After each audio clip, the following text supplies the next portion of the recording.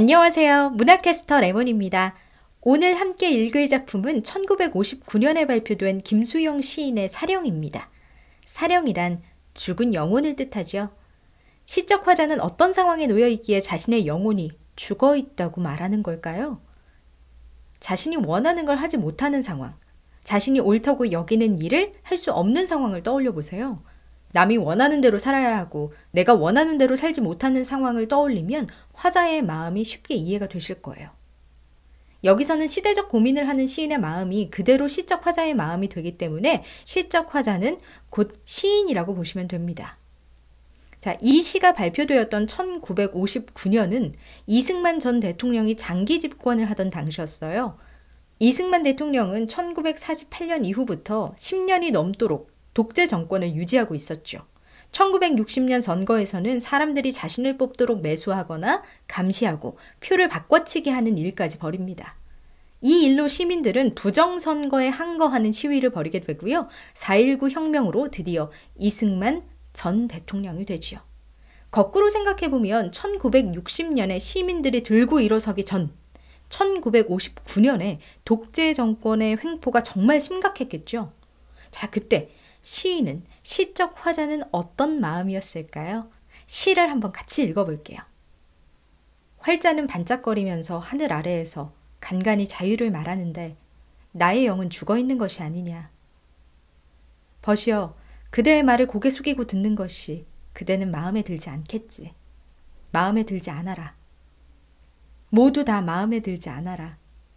이 황혼도, 저 돌벽 아래 잡초도, 담장의 푸른 페인트빛도, 저 고요함도, 이 고요함도, 그대의 정의도 우리들의 섬세도, 행동이 죽음에서 나오는 이 욕된 교회에서는 어제도, 오늘도, 내일도 마음에 들지 않아라. 그대는 반짝거리면서 하늘 아래에서 간간히 자유를 말하는데 우소하라. 나의 영은 죽어있는 것이 아니냐. 전체적으로 보면 사실 서술하는 내용은 간단해요. 나의 영은 죽어있는 것이 아니냐. 마음에 들지 않아라. 모두 다 마음에 들지 않아라. 어제도 오늘도 내일도 마음에 들지 않아라. 우스워라. 나의 영은 죽어있는 것이 아니냐.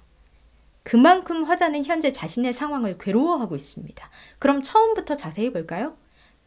일연에서 활자는 책에 인쇄된 글자를 말해요. 그럼 시적 화자는 도대체 지금 무슨 글을 읽고 있는 걸까요? 제 생각에는요, 자신이 예전에 쓴 시를 읽고 있는 것 같아요.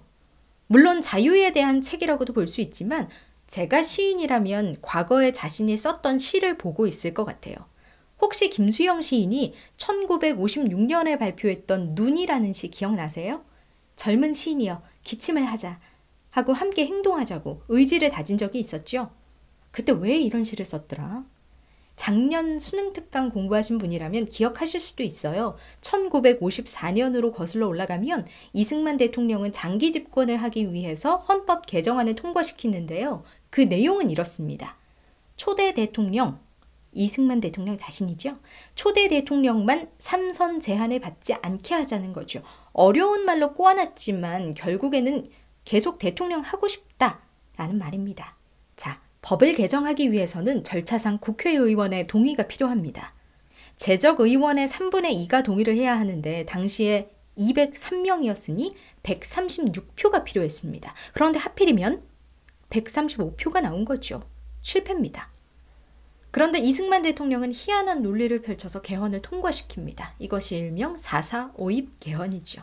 이런 부패한 정치를 보고 시인이 썼잖아요. 행동하자고요. 그런데 활자는 간간히 자유를 말하는데 지금 나는 어때요? 행동하지 못합니다. 그래서 나는 내 영혼이 꼭 죽어있는 것 같아요. 이연에서 화자는 벗이여 하고 부릅니다. 그 벗은 내가 예전에 쓴 시, 간간히 자유를 말하는 활자겠죠. 나는 벗의 말을 고개를 숙이고 듣고 있습니다. 책을 읽는 모습을 상상해 보세요. 보통 책상에 책을 내려놓고 읽으니까 꼭 죄책감을 느끼면서 고개를 숙이는 것 같겠죠.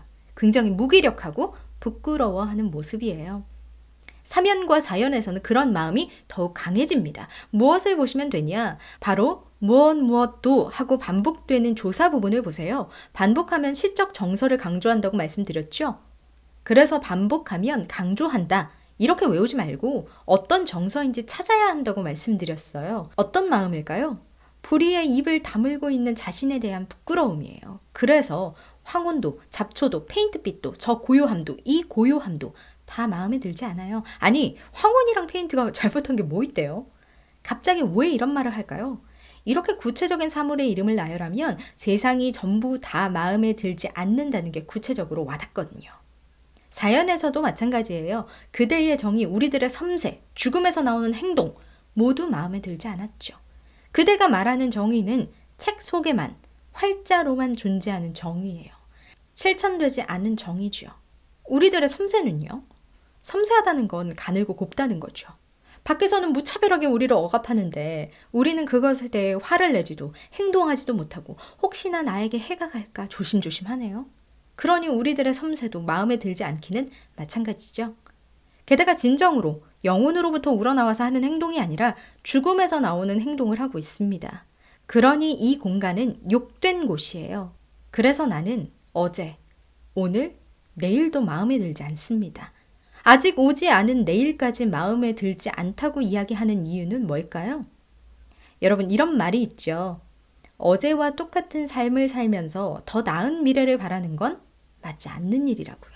네, 지금까지 마음에 들지 않는 삶이 계속됐으니 미래도 불보듯 뻔한 일이죠. 그래서 시인은 쓴 거예요. 마음에 들지 않는 내일이 올까봐 걱정되니까요.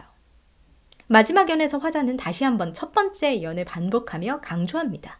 그만큼 이곳에 주제의식이 강하게 담겨 있다는 말이죠.